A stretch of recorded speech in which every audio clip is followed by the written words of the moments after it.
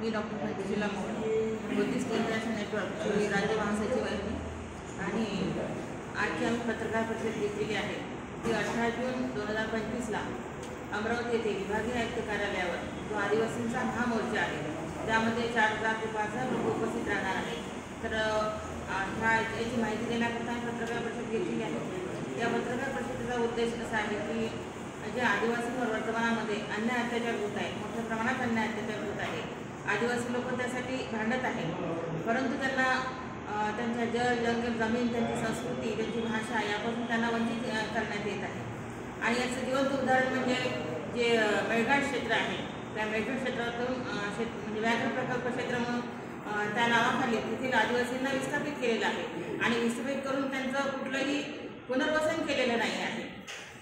पुनर्वसन न केल्यामुळे ते लोक फार तिथं 2,000 लोकांचा मृत्यूसुद्धा झालेला आहे आणि याबाबत आम्ही शासनाला अनेक वेळा निवेदनं दिली आहे, आंदोलनं केलेली आहेत, पण शासन त्याची दखल घेत नाही। म्हणून आम्ही हा आता शेवटचं पाऊल उचललेलं आहे की आम्ही विभागीय आयुक्त कार्यालयावर दिनांक 18 जूनला मोठा महामोर्चा करणार आहेत आणि आमचं बुद्धिस्ट इंटरनॅशनल नेटवर्कतर्फे या आंदोलनाला संपूर्ण समर्थन आहे। धन्यवाद।